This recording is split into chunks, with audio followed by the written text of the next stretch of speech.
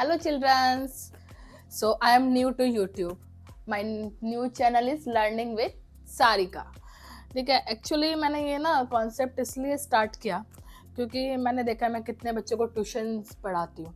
बच्चों को ना हिंदी में बहुत कन्फ्यूज़न है।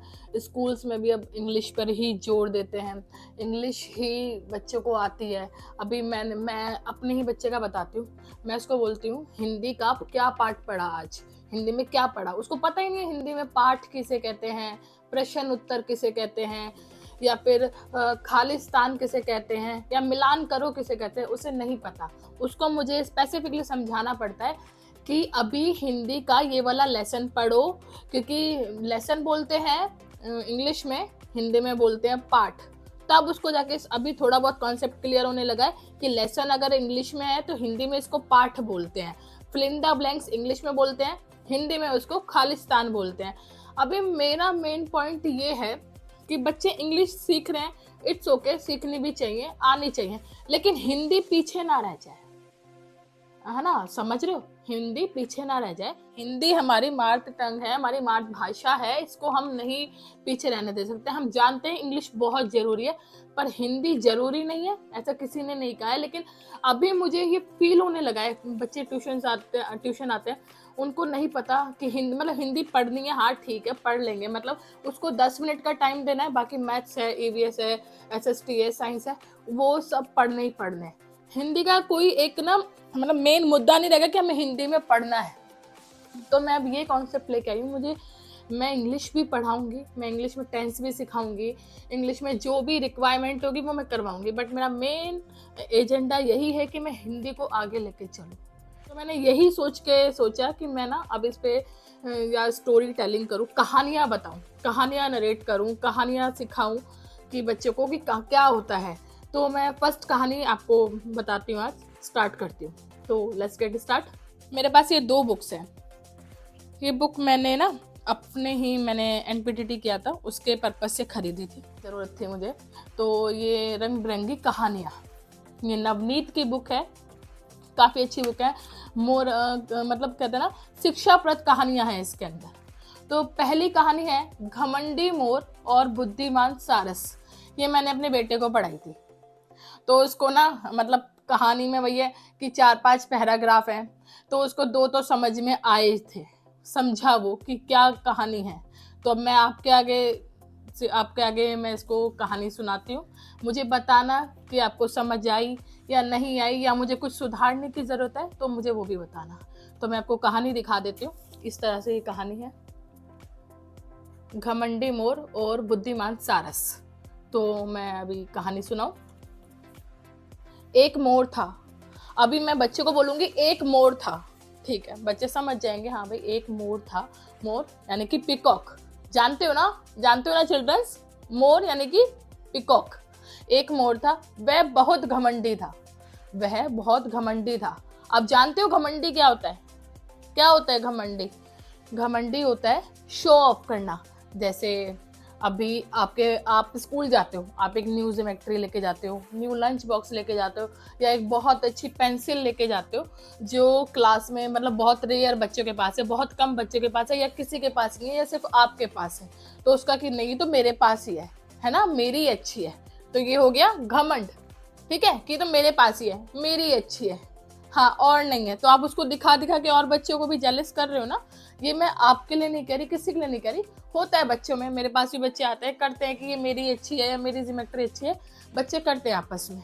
तो कहने का मतलब है एक मोर था, वह बहुत घमंडी था, ठीक है। उसे अपनी सुंदरता का बखान करता रहता था, यानी कि मैं तो ऐसा हूँ, मेरी तो कलगी इतनी अच्छी, कलगी समझे, जो ऊपर पंख होते हैं मोर के, जो ऊपर वो निकली होती है कलगी, ठीक है।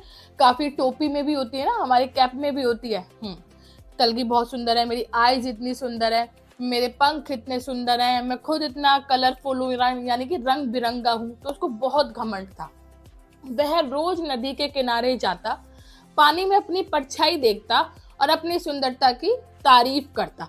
मतलब ना वो मोर डेली डेली, रोज मतलब डेली डेली वो पानी पीने जाता नदी के किनारे, नदी के किनारे पानी पीने जाता, पानी पीता और अपनी प्यास बुझाता, लेकिन वह पानी में अपनी परछाई देखता, जैसे हम लोग अपने आप को शीशे में देखते हैं, आईने में देखते हैं, है ना, देखते हैं ना, तो वो अपने पानी में अपनी परछाई देखता और खुद ही मन ही मन खुश होता, हाँ मैं तो बहुत सुंदर हूँ, बहुत अच्छा हूँ, बहुत प्यारा लग रहा हूँ। वो इस तरह से सोचता कि मैं बहुत अच्छा लग रहा हूँ और अपनी सुंदरता की तारीफ खुद ही करता। जैसे मैं कहती, अरे मेरा तो स्वेटर बहुत अच्छा लग रहा है, मेरा तो फोन बहुत अच्छा है, मेरा तो मतलब मैं अच्छी लग रही हूँ, तो खुद अपने आप से बात करता कि मैं तो बहुत सुंदर लग रहा हूँ। वह कहता, जरा मेरी पूंछ तो देखो, पूंछ मतलब पंख देखो, जरा मेरे पंख तो देखो कितने मनमोहक है।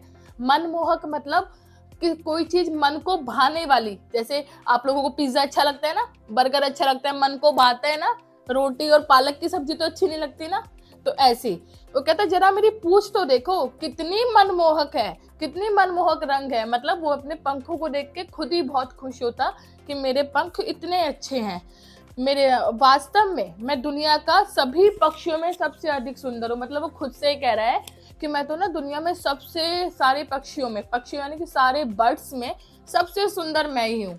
अब उसको कोई और तो नहीं कह रहा ना, वो खुद ही अपनी तारीफ कर रहा है, समझ रहे हो ना। तो एक दिन मोर नदी के किनारे एक सारस को दिखाई दिया। एक दिन मोर को नदी के किनारे एक सारस दिखाई दिया। जैसे मैंने बोला ना कि मोर डेली रोज नदी के किनारे पानी पीने जाता था, तो एक दिन ना मोर पानी पीने जा रहा था तो उसको सारस दिखाई दिया। आप जानते हो सारस क्या होता है? सारस सफेद रंग का एक पक्षी होता है। सारस मैं आपको दिखाती हूँ, ये होता है सारस, दिखा आपको, ये होता है सारस, दिख गया सारस। तो एक दिन मोर को नदी के किनारे एक सारस दिखाई दिया।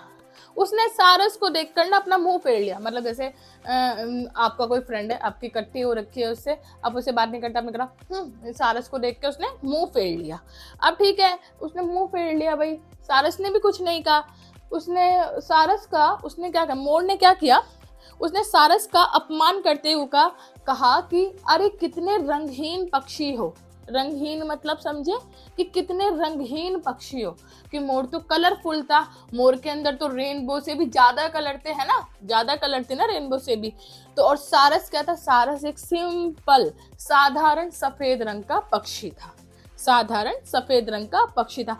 लेकिन कई बार क्या होता है, कई बार सारस होता है ना, सारस का जो हेड होता है वो हल्का सा रेडिश या गुलाबी कलर का होता है। मतलब अधिकतर सारस में ये होता है कि उनका जो हेड होता है वो गुलाबी कलर या लाल कलर में, लाल रंग में होता है।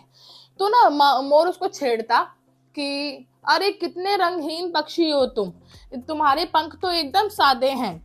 सारस ने कहा, तुम्हारे पंख तो सचमुच बहुत सुंदर है। मतलब सारस ने अपना अपमान होते हुए, यानी अपनी बेइज्जती होते हुए मोर की तारीफ करी कि सचमुच तुम्हारे पंख तो बहुत सुंदर हैं, तुम्हारे पंख तो हमारे मतलब मनमोहक हैं, मन को भाने वाले हैं। मेरे पंखों, मतलब मोर कहता है, मेरे पंख तुम्हारे पंख जितने सुंदर नहीं। ये पहले मोर कहता है उसको कि मेरे पंख तो बहुत सुंदर है, तुम्हारे पंख सुंदर नहीं। सारस भी कहता है, हाँ मेरे पंख तुम्हारे पंख जितने सुंदर नहीं है, तुम्हारे पंख कलरफुल है, मेरे पंख साधारण है। लेकिन सुनिए, आगे सुनिए, पर इससे क्या होता है? सारस बोलता है, पर इससे क्या होता है? अगर तुम्हारे पंख इतने सुंदर हैं, इतने कलरफुल हैं, इतने रंगहीन रंग, मतलब इतने ज्यादा रंग वाले हैं, पर है क्या कहते हैं उसको, रंग है उसमें, इतने कलरफुल हैं आपके पंख, तो उससे फायदा क्या? क्या फायदा? चलो आप लोग मुझे बताओ, क्या फायदा? नहीं पता? मैं बताती हूँ इससे क्या फायदा। मतलब सारस उससे क्वेश्चन करता है कि तुम्हारे इतने बड़े पंख हैं, इतने कलरफुल हैं, इतने रंग वाले तुम्हारे पंख हैं, इससे फायदा क्या? तुम ऊंचे तो उड़ ही नहीं सकते, ऊंचे नहीं उड़ सकते ना, क्योंकि उसका पंखों का वजन ही इतना ज्यादा है कि वो आकाश में यानी कि आसमान में उड़ ही नहीं सकता। तो अब क्या करे? मोर की आंखें नीची, मोर की आंखें नीची। इतना कहकर सारस आसमान में उड़ता चला गया। इससे क्या हुआ? सुंदरता की अपेक्षा उपयोगिता अधिक महत्वपूर्ण है। आपको समझ में आया?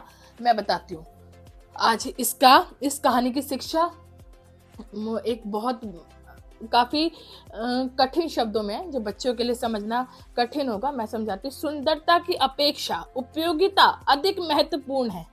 आप सुंदर हो, ये नो डाउट अच्छी बात है, सभी सुंदर है, भगवान ने सबको ही अच्छा बनाया है, ठीक है, सभी सुंदर है। लेकिन आप अपनी सुंदरता, अगर आपके अंदर गुण ही नहीं है, आप पढ़ते ही नहीं हो, अपने मम्मी पापा का कहना ही नहीं मानते हो, आप बात ही नहीं मानते हो, समय पे होमवर्क नहीं करते हो, समय पे खाना नहीं खाते हो, समय पे सोते नहीं हो, तो क्या फायदा आपके पास ढेर सारे खिलौने होने का, या अच्छी पेंसिल होने का, या अच्छी ज्योमेट्री होने का, या अच्छे कपड़े होने का, और आपके सुंदर होने का?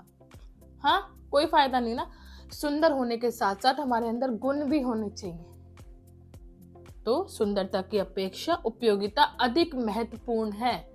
आप भले से ही कम सुंदर हो, ठीक है, लेकिन अगर आप पढ़ते हो, आप बहुत अच्छे आदमी बनोगे। आप देख सकते हो, बहुत बहुत उदाहरण है हमारे। ये चीज मैं आपको आगे समझाऊंगी। अभी के लिए बाय।